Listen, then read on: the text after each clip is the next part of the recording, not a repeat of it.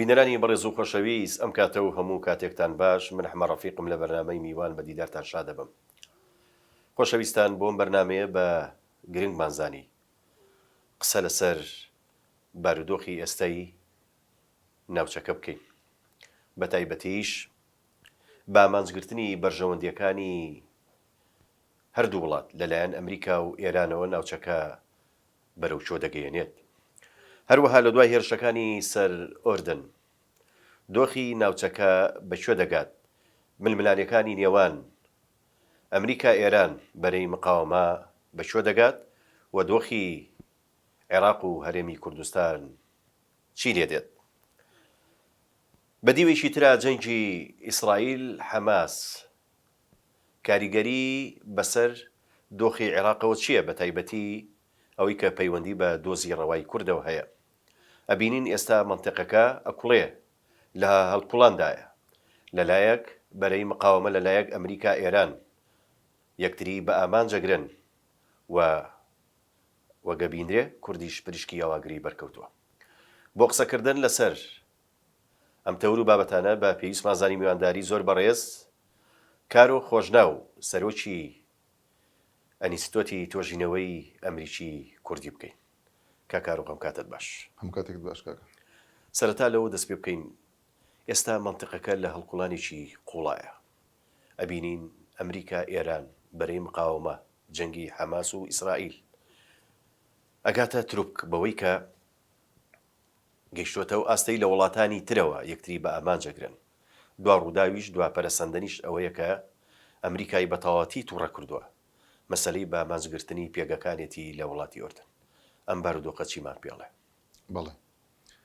سڵاو لە بەڕێزت کاک ئەحمەد، سڵاو لە بینەرانی بەڕێزی کەرکووک تەلەڤیزیۆنی کەرکووک. دیارە وەکو خۆت ئاماژەت پێ کرد لە پێشەچێکەیە ئەو منتیقەیە بەڕاستی بە خۆناغێکی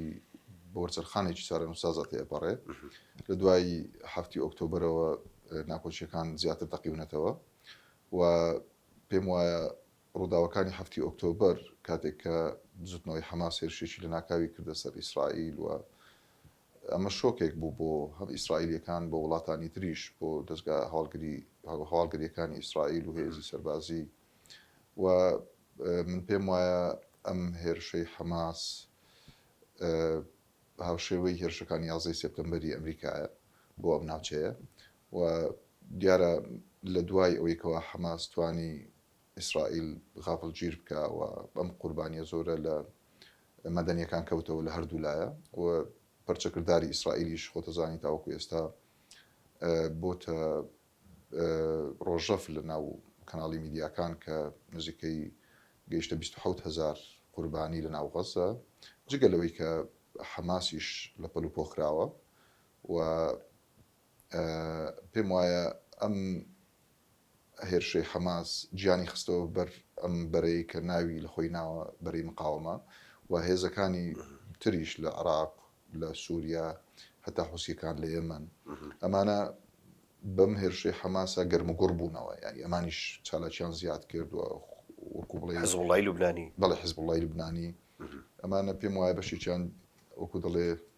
گیانیان بەبەرکرایەوە لە دوای ئەوەی کە حەماس توانی ئەم هێرشە بکە، ئەگەرچی باجێکی قورسیشی لە دوا هاتووە و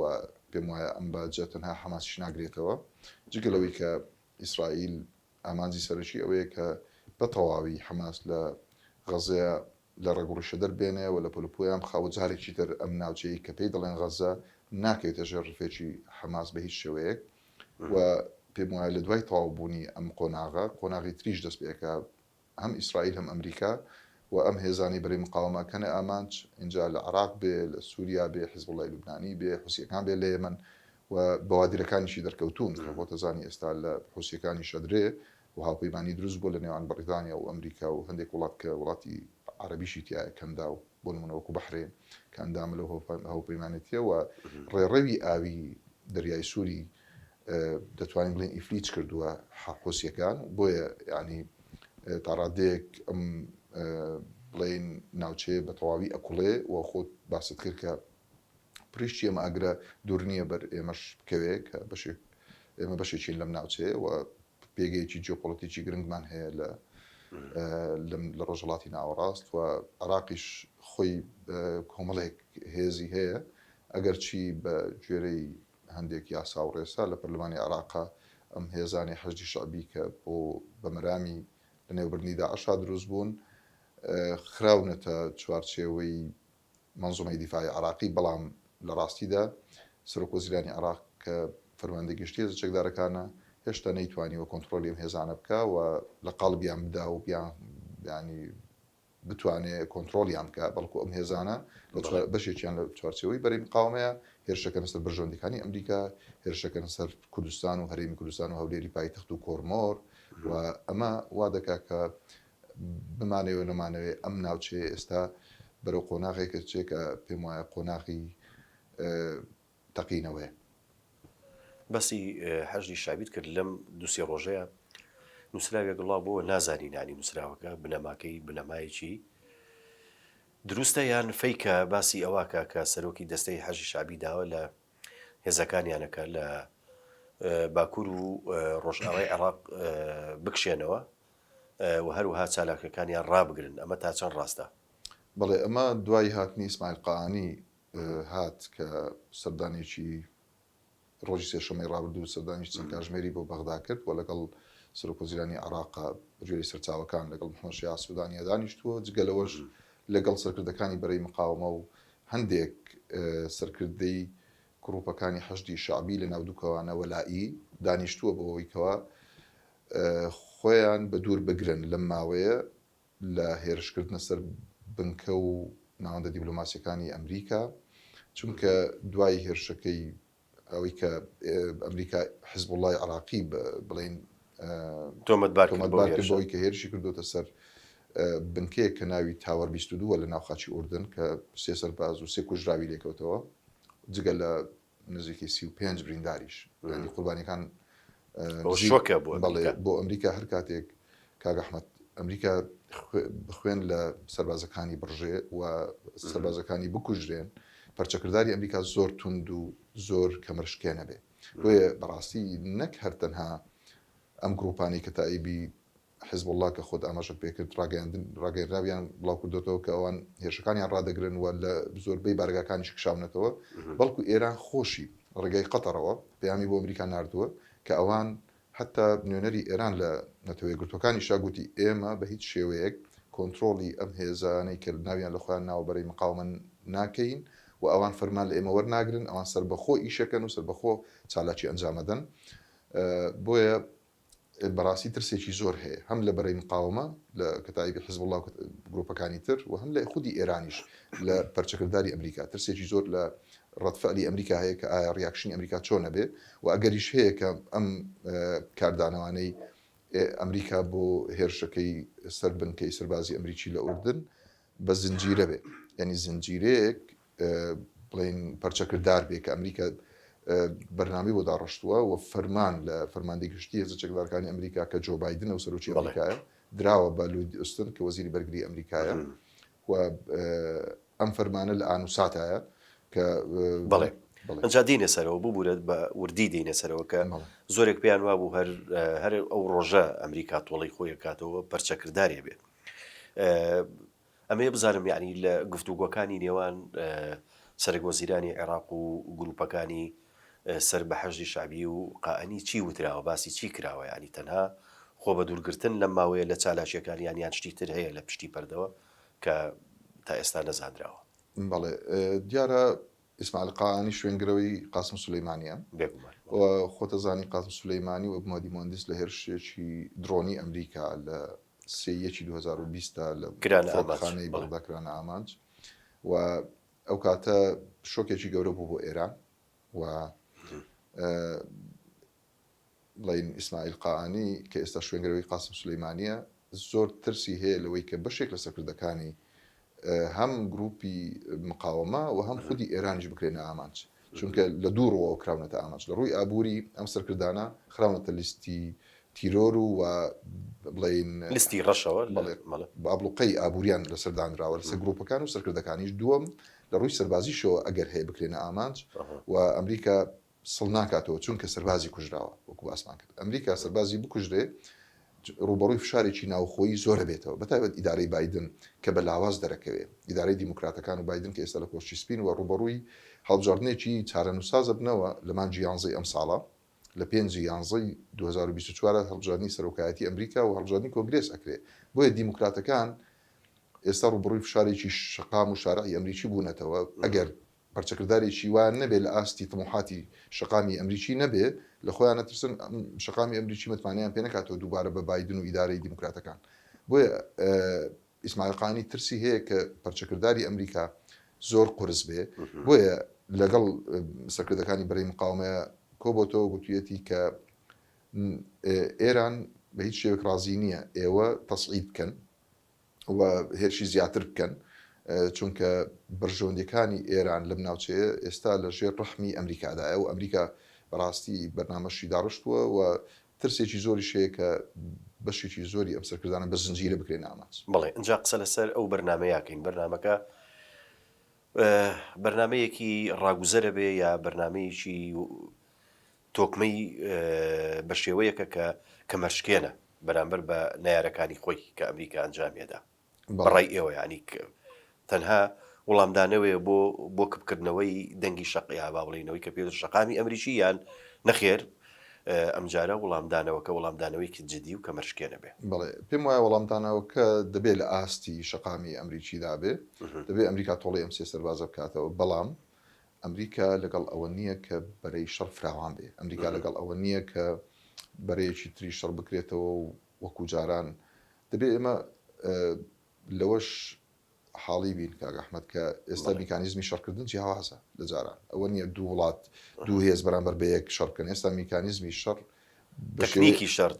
شەڕ بە شێوازی درۆنە بە شێوی تەکنۆلۆژیە بۆیە ئەمریکا هەتا لە دوای پەرچەکرداری ئیسرائیلیش بۆ سەر حەماس و بۆ غەزە هەمیشە لە هەوڵی ئەوەدا بوو کە بەرەی شەڕەکە فراوان نەبێ هەمیشە لەگەڵ ئەوەدا بووکەوە ئەم شەڕە قەتیز ببێ لە غەزە ئەمە لەلایەک لەلایەکی تر ئێران و گروپەکانی تر نێنە ناو ئەم شەڕە بەڵام دیارە گروپەکانی بەرەی مقاومە کۆنتڕۆڵ نەکران و ناشکرێ بۆیە پێم وایە ئەم کار و کاردانەوانە ئەم وەڵام و وەڵامکاریە بەردەوامە بێ یعنی درێژە دەچێشێ ئەمریکا وەڵامیان دەداتەوە بەڵام ئەم گروپانش بێدەنگ نابن بێگومان ئەمریکا حسابی بۆ ئەش کردو دوای وەڵامدانەوە کەش وەڵامی گروپەکان چی دەبێ ینی ئەم حسابش کراوە پێم وایە کە بەڵام ناگاتە ئەو ڕادەیەکەوە بەرەی شەڕەکە فراوان بێ ببێتە شەڕ لە نێوان بەرەی ئێران بە تەواوی ئێرانیش تێوە بگلێ و بەرەی ئەمریکا و ڕۆژئاوا ینی ئەمە بەم شێوەیە گەورەیە نابێ بەڵام گروپەکانیش چونکە کۆنتڕۆڵ ناکرێن و متمانیان نیە هەتا ئەم خودنەی کەتابی حزبوڵڵاکە ڕایگەیاندووە ینی متمانەی نییە ئەمریکا ڕایانگەیان هەندێک بەرپرس لە پنتاگۆن و کۆشتسپی وتیان بعد فەوات ئەوان وەکو دەڵێ لە کاتێکی بەسەر چووە ئێوە ئەم هودنەیەتان ڕاگەیاندووە بۆیە پێم وایە بەرامبەر بەم گروپانە ئەمریکا بەدەستێکی پۆڵاین و وەکو خۆت باست کرد گورزێکی کەمەشکێنیان لێدا بەڵام ئەمە بەردەوامە بێ ئەوانیش گورز لە بنکەی سەربازی ئەمریکا خود ناوەندی دیبلۆماسی ئەمریکا ئەدەنەوە پێم وایە ئەم وەڵامکاری بەردەوامە بەڵام نە ئێران لە بەرژەوەندیەتی ڕاستە خۆ بێتە ناو شەڕەکە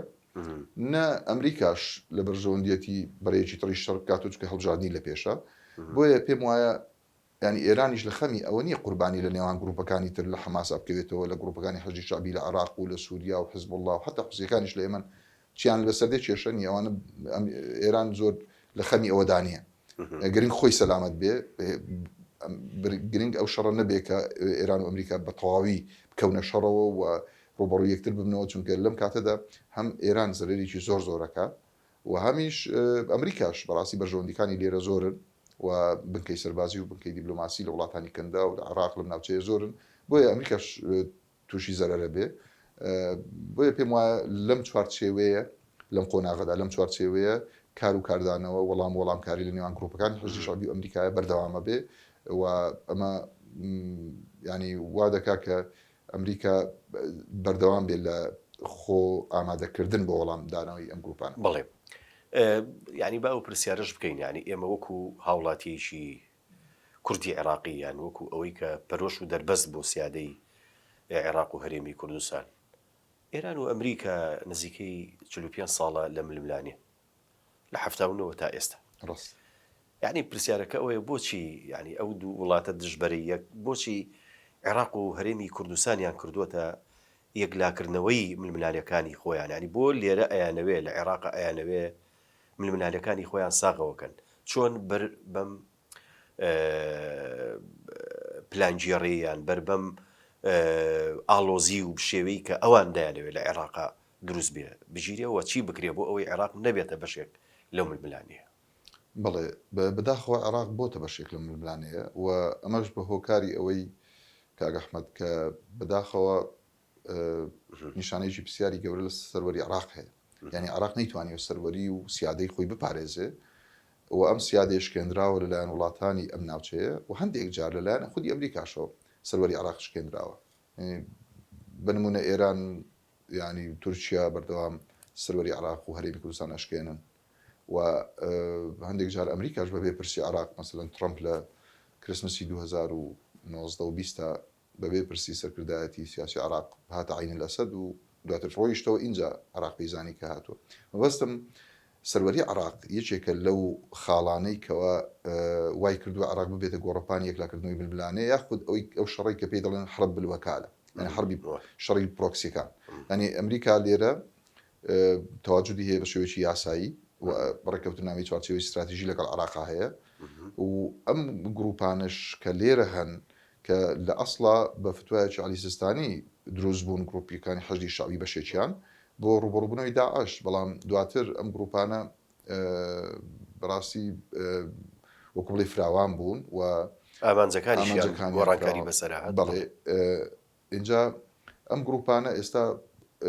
ئێران بەکاریان دێنێ و تەنانەت بوونە بەشێکیش لە ململانیەکانی ناوخۆی عێراقیش. زۆر ڕاست ینی هەر نەک ئەوە بەڵکو چونە ناو پرۆسەی سیاسی و ئەندامی پەرلەمانیان هەیە، ئێستا لە ناو حکوومەتی محەممەد شایع سوودانی وەزیریان هەیە، بۆیە بەگشتی عێراق بەداخەوە هەندێک بە دەوڵەت لە ناو دەوڵەتیشی ترە وێلایەنەکە. ئەمەش بۆ چوونێکی دروستە، ینی دەوڵەتی قوڵی عێراقن بەشێکیان و کاریگەریان لەسەر پرۆسی بڕیاردان هەیە و لەژێر فشار و لەژێر هەژمونی ئێرانیشە. ینی ئەگەر بشێ بڵێین ئەوان هەندێکیان ئەجندای ئێران لە عێراق جێبەجێ ئەەکەن و ئێران بەکاریان دێنێ، ئەگەرچی ئێران کۆڵی لەوە دەکات کە فەرمان لە وەربگرن وەکو ئەو ڕووداوی ئەخیر کە ڕوویدا، بەڵام بەگشتی ئەم گروپانە بەڕاستی بانی بەوەکالەت شەڕەکەن لە جیاتی ئێران و بەرژەوندەکانی ئەمریکا ئەکەنە ئامانج بە مەبەستی دەرکردنی ئەمریکا لە عێراق، بەڵام ئەم ئامانجەش پێم وانییە بەم فشارانە بەم هێرشانە بهێن نەدی و ئەمریکا پێم وانییە بە دەرکردن بڕوا لە عێراق بە هیچ شێوەیەک، بەڵکو چونکە ئەمریکا ڕێکەوتنامەی چوارچێوەی استراتیژی لەگەڵ عێراق هەیە و دایلۆگ بەردەوامە لە نێوان عێراق و ئەمریکا.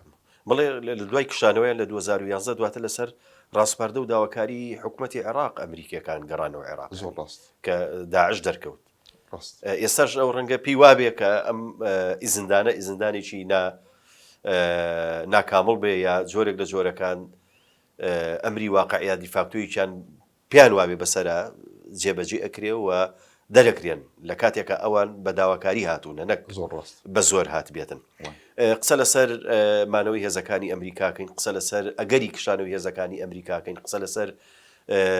ئەو ئەگەرەشەکەین ئەگەر ئەمریکا بڕیاریدا لە چوارچێوەی استراتیژی عێراقا بکشێتەوە ئایا لە هەرێمی کوردستان ئەمێنێتەوە و هەروەها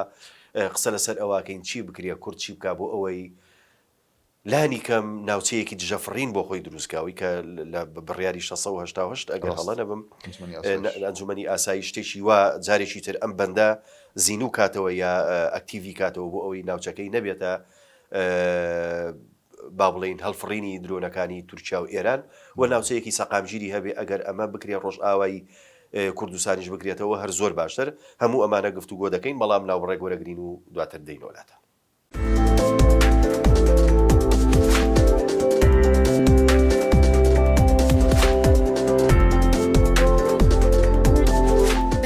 باش لە کەرکووک FM-ەوە لەگەڵتانی كركوك FM 93.3. Ses bizden, görüntü hayali sizden.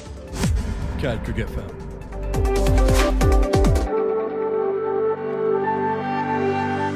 بینەرانی بەڕێز و خۆشەویست دووبارە سڵاوتان لەبێ بەردەوامین لە سەر پێشکردنی پرۆگرامەکەمان. بەڕێز کار و خۆشنا و قسە لەسەر ئەواکەین کە ئەمریکا زۆر جار قسە دێتە سەر باس و خواسی ئەوەی ئەکشێتەوە ناکشێتەوە ئەمێنێتەوە ئەڕۆ ئەمە ئەگەر بکری عنی خوێندنەوەیکی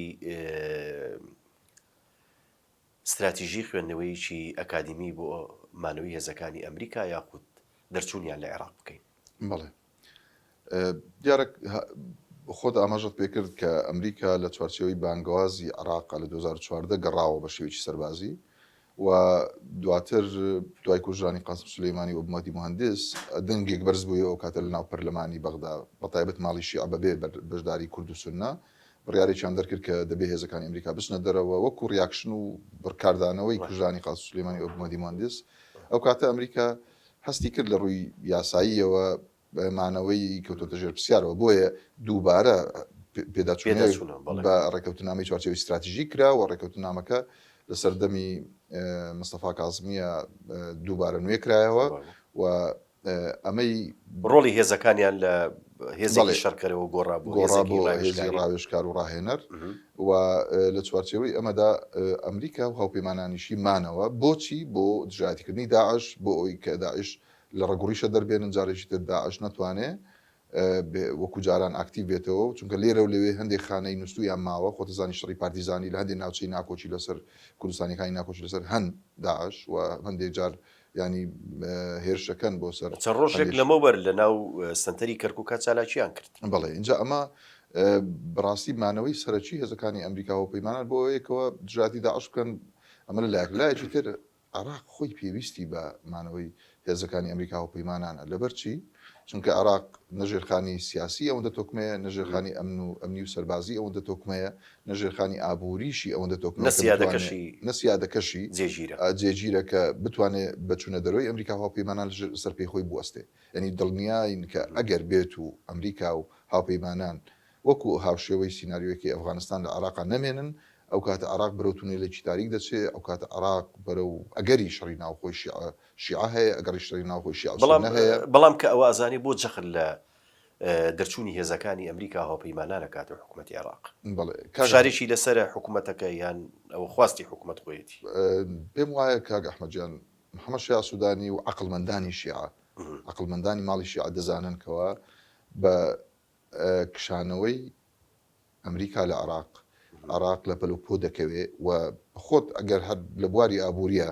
دیقەت بدەی ئەگەر ئێمە دەزانین کەوە پارەی نەوتی عێراق و دەجی عێراق لەژێر دەستی ئەمریکادایە و ئەمریکا ئەگەر بێت و لە عێراق نەمێنێ و ئەگەر کەمترین پاکێجی ئابلوقەی ئابووری بخاتە سەر عێراق دیناری عێراق و ئابووری عێراقی بەرەو چ وێرانەیەکە چێ اینجا عەقڵمەندانی شیعە دەزانن کەوە عێراق ناتوانێت دەستبەرداری ئەمریکا بێ بەڵام وەکو خۆت باس کرد لەژێر فشاری کۆمەڵێک لە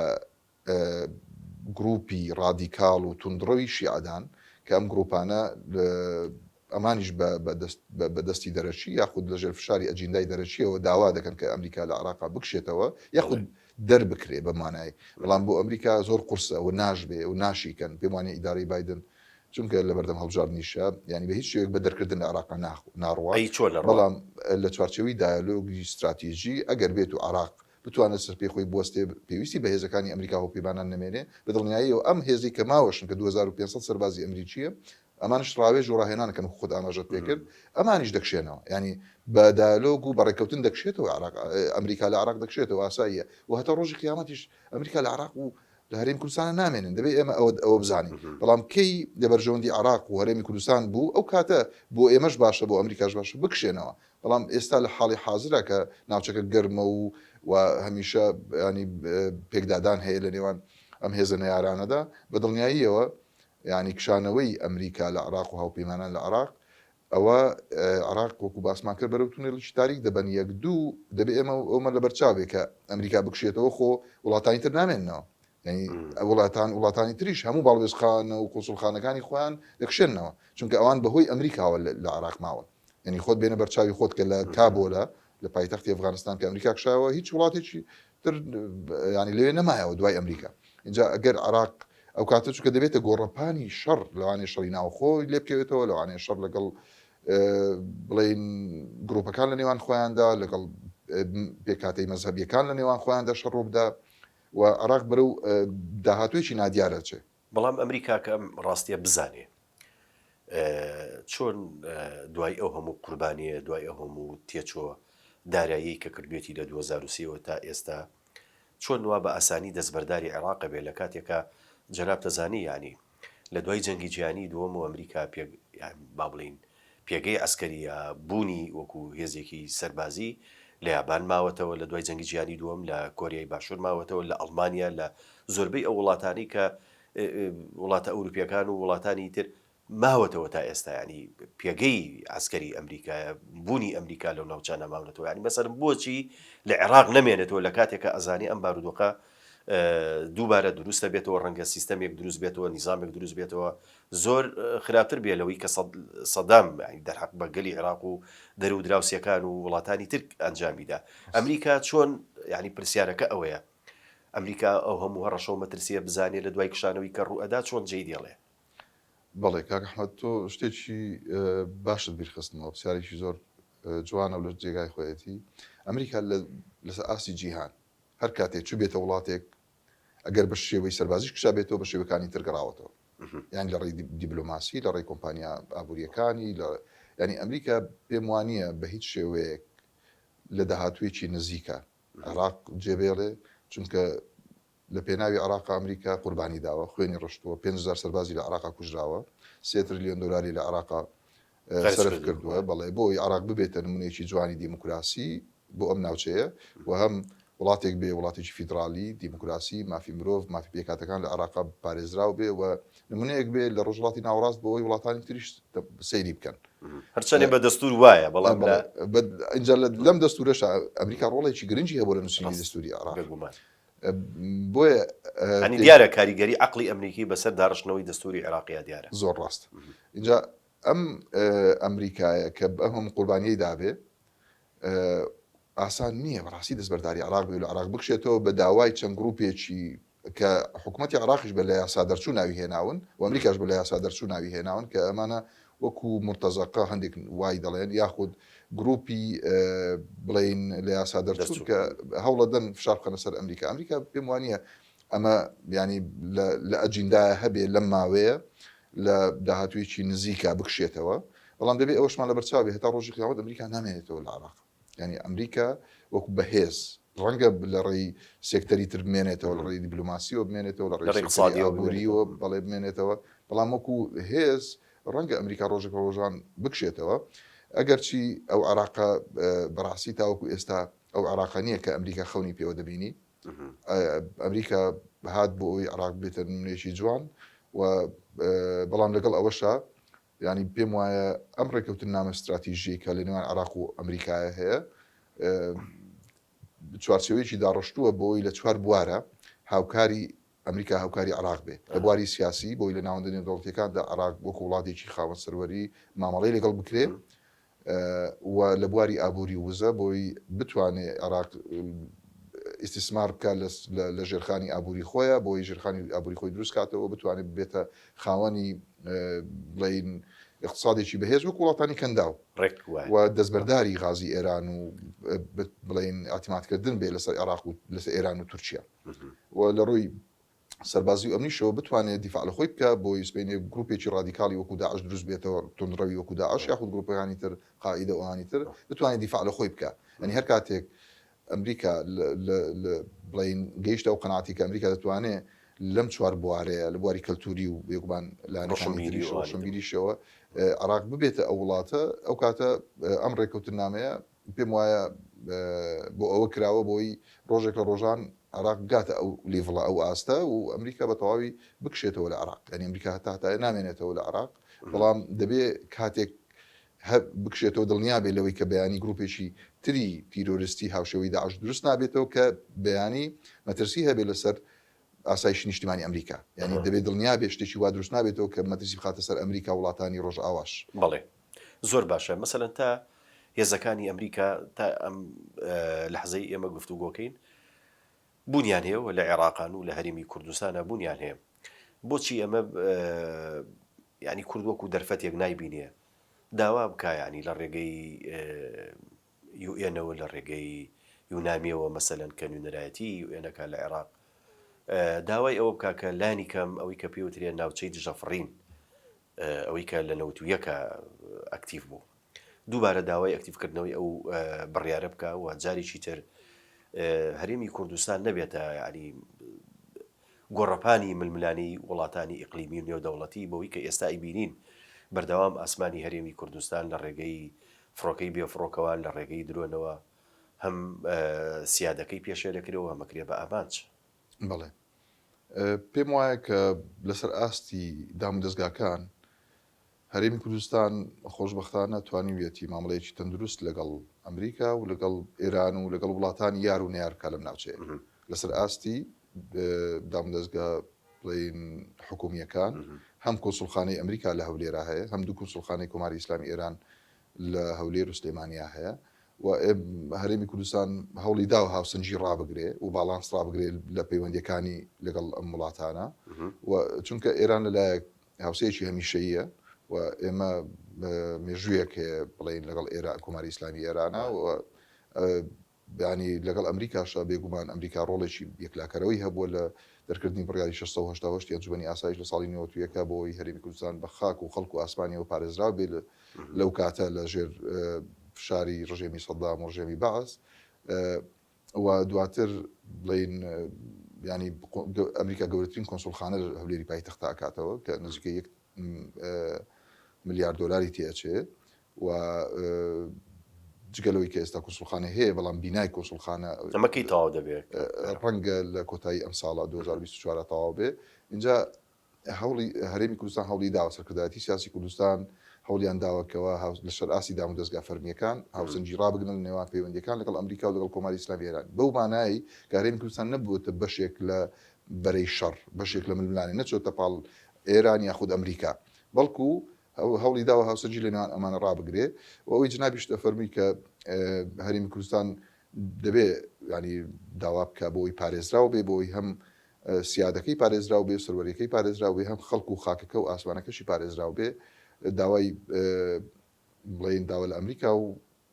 یاخود نەتەوە یەکگرتوەکان بکەن ئەنجومەنی ئاسایش بۆی بڕیارێکی هاوشێوی 688 دەربکرێ پێم وایە ئەمە لەسەر ئاستی باڵا هەوڵ دراوە ینی بەڵێ پێم وایە لەسەر ئاستی باڵا هەوڵ دراوە کە قسە لەگەڵ ئەمریکا بکرێ بۆ ئەوەی کەەوە ئەمریکا بتوانێت سیستەمی دژە موشک یاخود درۆن بداتە هێزەکانی پێشمەرگەش چۆن بنکەکە سەربازەکانی ئەمریکا لە هەرێمی کوردستانە سیستەمی دژە موشک و دژە درۆنیان هەیە و سەربازەکانی خۆیان دەپارێزن ئەو هاشێزی پێشمەرگە و خاک و ئاسمان و خەڵکی هەرێمی کوردستانیش بپارێزن چونکە زۆربەی ئەم هێرشانەی کە لەلایەن گروپە لە یاسا دەرچوەکانی بەرەی مقاومە دەکرێتە سەر هەرێمی کوردستان بە پاساوی بوونی هێزەکانی ئەمریکایە بۆیە پێم وایە ئەمە ئەرکێکی ئەخلاقی ئەمریکاشە کە مادام لەبەر پاساوی مانەوەی هێزەکانی ئەمریکا هێرش دەکرێت سەر هەرێمی کوردستان ئەرکی ئەمریکاشە کە ناوچەکە بپارێزێ بۆیە لە بودجەی ساڵی 2024 پنتاگۆن بەشێک لە پارەی تەخسیس کراوە بۆ ئەوەی کەوە هەندێک لە دیموکراتەکان و کۆماریەکان لە ناو کۆنگرێسی ئەمریکا هەوڵیان داوە پرۆژیاسایکی وان لە ناو بودجەی 2024 جێ کردێتەوە بەتایبەت لە وەزارەتی بەرگری و پنتاگۆنی ئەمریکا بۆی سیستەمی دژە موشک و دژە درۆن بدەنە پێشمەرگە و پێم وایە ئەمەش لە داهاتوودا دەچێتە بواری جێبەجێکردن و ئەم سیستەمە لە داهاتوودا دەدرێتە پێشمەرگە بۆی خۆی بپارێزێ لەم هێرشانێک کە بە پاسایی بوونی هێزەکانی ئەمریکا دەکرێتە سەر هەرێمی کوردستان. بەڵێ دوا پرسیارم لە بەڕێستان پێشبینی هیچ ڕووداوێکی گەوراکەن لەم ماوەی ڕوودا؟ پێم وایە ئەم ناوچەیە لە سەرەتای بەرنامەکەدا کاک ئەحمەد جەنابەت ئاماژەت بۆ کرد کە ناوچەیەکی گەرمە و دەکوڵێ ینی هەمیشە سەپرایز و مفاجئات دەبینین بەڵام لە بەرژەوەندی زلهێزێکی ناوچەی وەکو ئێران نییە کە ئەم ناوچەیە بە تەواوی لە دەست دەربچێ بتەقێتەوە و لە بەرژەوەندی زلهێزێکی نێودەوڵەتی وەکو ئەمریکاشانی ئەم ناوچەیە سەرێشەیەکی تری بۆ دروست بێت چونکە ئەمریکا فۆکەسی لەسەر چینە لەسەر رووسایە بۆ ئەو مەشغوڵە بە شەڕی ئۆکراین رووسیا و مەشغوڵە بۆی سنوورێک بۆ هەیمەنە و هەژمۆنی چین دابنێ کە ئێستا بەڕاستی خەریکە وەکو بڵێ وەکو جەمسەرێکا سەر دەرەکات چین لە ڕووی ئابووری بۆیە ئەمریکا ناوێت سەرێشەیەکی تر لە ڕۆژهاتی ناوەڕاتە دروست بێ بەڵکو لە بەرژەوەندی ئەمریکا و ئێرانە کە سقامگیری هەبێ بۆیە پێم وانە لە دەست دەربچێ ئەم ناوچەیە ینی و هەروە هێشتان جەنگی حەماس و ئیسرائیلیش خامۆش نەبوو خامۆش نەبووەوە بەردەوامە لە پەرەسەندە بەڵێ بەڵام ئێمە دەبێت بۆ هەموو ئەگەرێک دەبێت خۆمان حازرکەین وەکو هەرێمی کوردستان وەکو قەوارە وەکو لایەنە سیاسیەکان وەکو دامدەستگاکان وەکو هەیە وەزارەتی پێشمەرگە دەبێت ئەو ئامادەسازیە هەیە بەداخەوە لە هەندێک ڕۆوە وەکو پێویست نییە هەیە بەڵێ هۆشیاریەکی باشیش هەیە لەلایەن سەرکردایەتی سیاسی کوردستان کە ئەم ناوچەیە بەرەو چ ئاراستێک دەڕوا بەڵام وەکو پێویست ئێمە نەمانتوانین هێزەکانی پێشمەرگە یەخەینەوە بۆیە دەبێت ئێمە ئامادەبین بۆ هەموو ئالەنگاریەکان دەبێت ئەم هەوڵ دەین ناوماڵی خۆمان ڕێخەینەوە دامەزگاکانمان بەهێز بکەین دەبێت پشتگیری نێودەوڵەتی زیاتر بەدەست بێنین بۆی کە بەهاکانمان لەگەڵ بەهاکانی ئەوان مشترک بکەین بەرژەوەندیەکانمان لەگەڵ ئەوانە هاوبەش بکەین و ئەو کاتە ئێمە دەتوانین ئامادەبین بۆ ڕوبەڕووبوونەوەی هەڕەشەکان و سوود دەرگرتن لە دەرفەتەکان. بەڕێز کار و خۆشناو سەرۆکی ئینستیتوتی تۆژینەوەی ئەمریکی کوردی سپاس بۆ شرۆڤ و زانیاریەکانت. سپاس بۆ بەڕێزیشتکە. بینەرانی بەڕێز و خۆشەوی سپاس بۆ تا بەرنامەیەکی تر بەخوای گەورەتانە سپێرم شاد و کامران من.